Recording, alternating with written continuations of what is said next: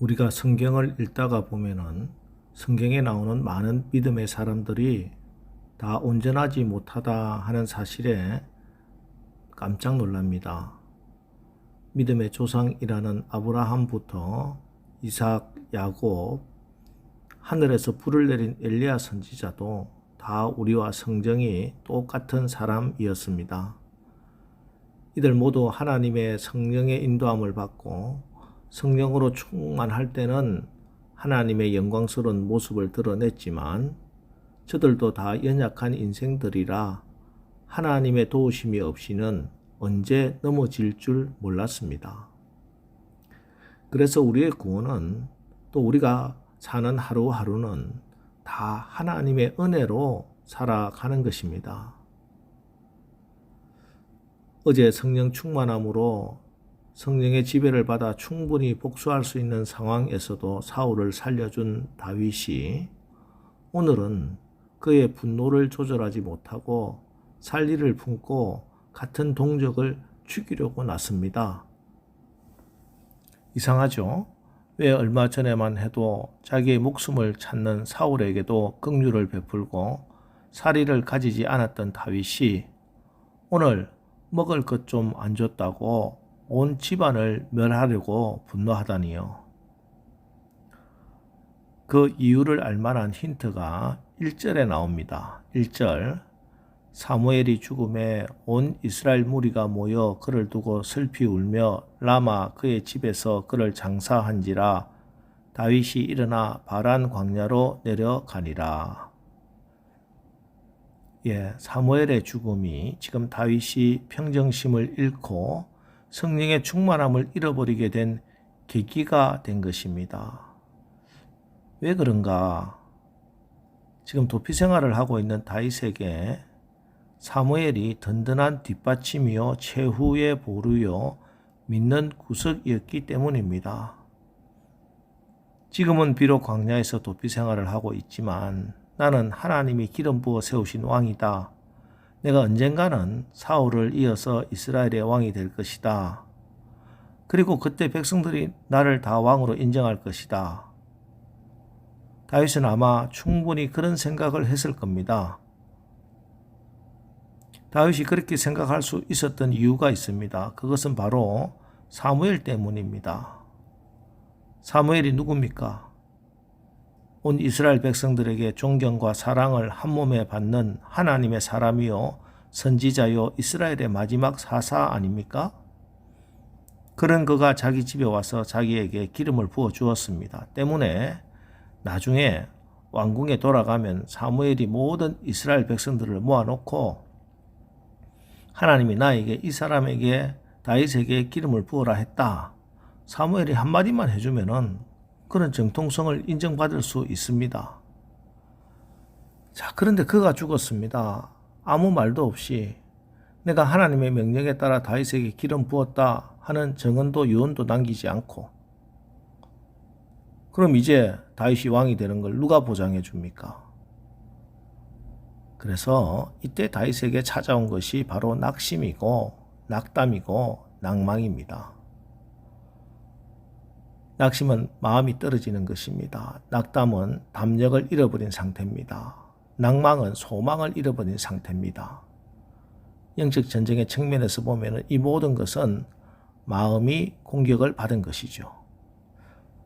여러분 다윗 같은 사람도 이 마음의 공격을 받게 되면 이렇게 낙심하게 되고 하나님의 뜻이 아니라 기분대로 내 기분대로 내 감정대로 생각하고 행동하게 되는 것입니다. 그래서 성경은 모든 지킬 만한 것 중에 더욱 내 마음을 지키라 생명의 근원이 이에서 남이니라 하고 말씀합니다. 그래서 오늘 이 새벽에도 우리가 빌립보서 4장 6절 7절 아무것도 염려하지 말고 다만 모든 일에 기도와 간구로 너희 구할 것을 감사함으로 하나님께 아뢰라. 그리하면 모든 지각에 뛰어난 하나님의 평강이 그리스도 예수 안에서 너희 마음과 생각을 지키시리라 하는 이 말씀 붙들고 주님께 나와서 기도하는 겁니다. 오늘 새벽 여러분이 기도할 때 주님이 또 주님이 주시는 평강이 여러분의 마음을 지켜주시기를 축원합니다. 지금까지 다윗은 칼과 창을 의지하지 않았습니다. 백성들도 의지하지 않았습니다. 그런데 그 마음 깊이 하나님 말고 의지했던 한 사람이 바로 사무엘이었던 겁니다. 오늘 하나님은 이 사무엘도 다윗이 의지할 대상이 아니다 하는 것을 알게 해 주십니다. 그래서 다윗의 믿음의 새로운 전기가 바로 사무엘의 죽음입니다.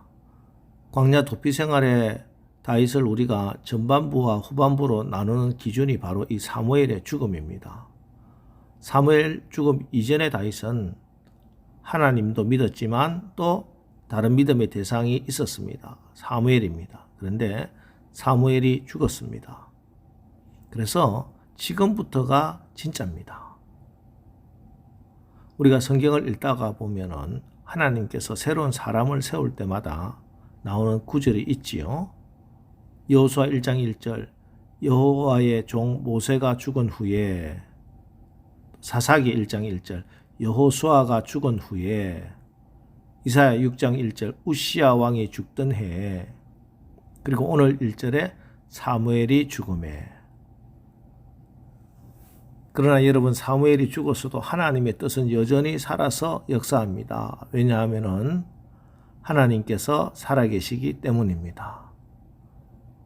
하나님의 사람 아브라함이 죽은 후에도, 모세가 죽은 후에도, 여호수아가 죽은 후에도, 사무엘이 죽은 후에도, 그리고 나중에 하나님의 마음에 합한 사람이라는 소리를 들은 다윗이 죽은 후에도 하나님의 역사는 멈추지 않고 계속 흘러갑니다. 그래서 우리가 믿고 의지하고 절대 소망을 잃지 않는 근거와 이유는 사람에게 있는 것이 아니라 살아계신 하나님이 지금 여기 나와 함께 하신다 하는 이 분명한 사실입니다. 아브라함이 죽었어도 이삭과 함께 하셨고, 모세가 죽었어도 여호수아와 함께 하셨고, 오늘 사무엘이 죽은 후에도 다윗과 함께 하신 살아계신 하나님, 전능하신 하나님께서 지금도 임마누엘로 여러분과 함께 하심을 믿으시기 바랍니다. 다윗과 함께 하시는 하나님께서 오늘 다윗에게 긍휼과 자비를 베푸사 실수와 실패를 막아주십니다. 미련하고 어리석은 나발이 다윗을 모욕하고 조롱했습니다. 자존심을 긁고 자존심의 상처를 내는 말을 했습니다. 그전 같으면은, 사무엘이 죽기 전 같으면은 너그럽게 넘길 수도 있었습니다.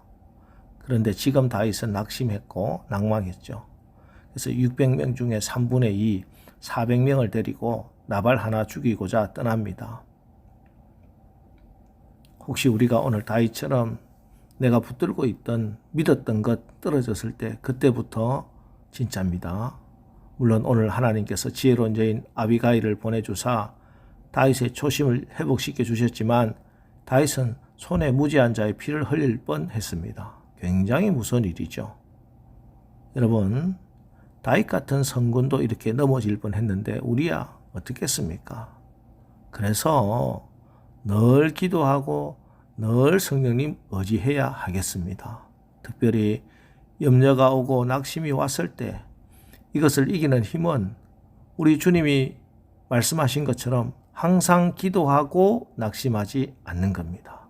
다만 모든 일에 기도와 간구로 우리가 구할 것을 감사함으로 하나님께 아뢰는 것입니다. 자, 오늘 하루도 여러분의 마음을 잘 지키시고 모든 소망이 끊어져도 하나님 한 분만 바라보고 살아갈 수 있는 은혜가 넘치는 복된 날 사시기를 주님의 이름으로 축원합니다. 기도하겠습니다. 하나님, 모든 지킬 만한 것 중에 더욱 내 마음을 지키라. 생명의 근원이 이에서 남이니라 말씀하셨사오니 우리가 염려하고 낙심하지 말게 하시고 오직 소망을 하나님께만 두고 기도와 간구로 우리의 구할 것을 감사함으로 하나님께 아뢰일 수 있는 믿음의 삶을 살게 하옵소서. 하나님, 혹 우리가 낙심하여 있을 때 오늘 다윗에게 아비가일을 보내사 하나님의 뜻을 분별하게 하신 은혜를 우리에게도 베풀어 주사 오늘 만나는 사람들이 육신적으로나 영적으로 다 복된 사람들 만나게 하옵소서. 그리고 우리의 귀가 복되게 하사 복된 말이 들리는 복된 날 되게 하여 주시옵소서. 예수님의 이름으로 기도합니다. 아멘.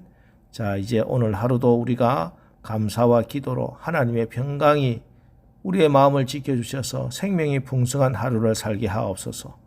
오늘 말씀 붙들고 우리 합심해서 기도하고 나가겠습니다. 우리 기도하겠습니다.